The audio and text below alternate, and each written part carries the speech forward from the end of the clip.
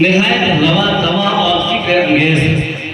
وہ اپنی فکر و فن سے قوم کی آبیاری کرنے والے ان قلمکاروں میں سے جن کی تحریریں بیک وقت دل کو چھوتی بھی اور عقل کو جھنجھوڑتی بھی۔ اہل ادب میں ان کی ایک الگ پہچان، وہ شاعر بھی ہیں، ادیب بھی، اور ایک حساس سماجی مبصر بھی۔ انہوں نے قلم کو اپنا اوڑھنا بچھونا بنا لیا اور اسی کے ذریعے اپنی خدا داد صلاحیتوں کو پیش کرتے ہوئے قوم کی اصلاح، رہنمائی اور آئینہ نمائی کا فریضہ انجام دے رہے ہیں۔ حال ہی میں ان کی تازہ تصنیف لاک ڈاؤن منظر عام پر آئی ہے، جو ان کے لکھے گئے مختلف مضامین کا مجموعہ ہے۔ یہ کتاب نہ صرف ایک ادبی مجموعہ ہے بلکہ ایک تاریخی، معاشرتی اور فکری دستاویز بھی ہے۔ اسی کی سطر سے مصنف کا درد چھلکتا ہے۔ وہ نہ صرف معاشرتی بیماریوں کی نشاندہی کرتے ہیں بلکہ ان کا علاج بھی تفویض کرتے ہیں۔ گاہے بگاہے اعلیٰ حکام و اداروں کو اصلاح کی راہیں بھی دکھاتے ہیں۔ لاک ڈاؤن کو وہ بھیانک دور شاید ہی کوئی بھول پائے۔ ہر طرف مہاماری کا خوف طاری تھا، زندگی اجنبی سی لگنے لگی تھی، سڑکیں سنسان، بازار ویران اور دلوں میں بے یقینی کے سائے تھے۔ اس خاموش اور خوفناک ماحول کو مصنف نے نہایت دردمندی کے ساتھ الفاظ میں قید کیا ہے۔ مسجد سے مدرسے سے، گاؤں سے شہر تک اور چھوٹے بڑے تمام اداروں کے اثرات کا بیان اس کتاب میں موجود ہے۔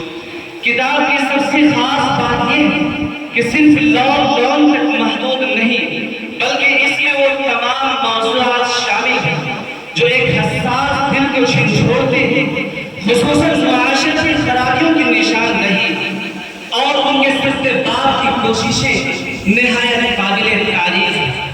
کسانوں کے مسئلے پر جو مضمون شامل کیا گیا ہے وہ خاص طور پر قابل ذکر ہے۔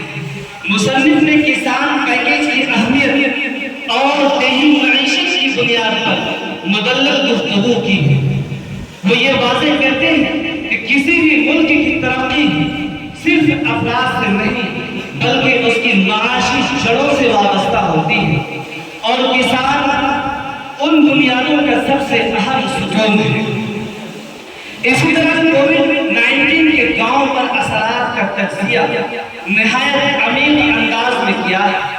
مصنف نے گاؤں کی محرومی، تعلیمی پسماندگی اور حکومتی لاپرواہی پر درد بھرے انداز میں روشنی ڈالی ہے۔ ان کے الفاظ گواہی دیتے ہیں کہ وہ صرف قلمکار نہیں بلکہ ایک بیدار دل رکھنے والے صاحب نظر مسلح بھی تھے۔ مندیرے کی خامیوں، اس کی عملی ناکامیوں اور بدعنوانیوں پر بھی انہوں نے کھل کر قلم اٹھایا ہے، اور صرف تنقید ہی نہیں کہ بلکہ اصلاح کی راہیں بھی دکھائی۔ ایسا جگر اور ایسا قلم صرف وہی رکھ سکتا ہے جو قوم کے درد کو اپنا درد سمجھتا ہو۔ اسی طرح مدارس و مساجد پر پڑھنے والے اثرات کو بھی انہوں نے قلم بند کیا ہے۔ تعلیم گاہوں اور عبادت خانوں کا متاثر ہونا دراصل قوم کی علمی و روحانی بنیادوں کا کمزور پڑ جانا۔ مصنف نے ان پہلوؤں پر بھی مؤثر انداز میں روشنی ڈالی ہے۔ غرض کہ یہ کتاب مختلف موضوعات کا احاطہ کرتے ہوئے ایک ایسی دستک دیتی ہے جو بیداری کی طرف بلاتی ہے، اسلام کا پیغام دیتی ہے اور ہمیں سوچنے پر مجبور کرتی ہے۔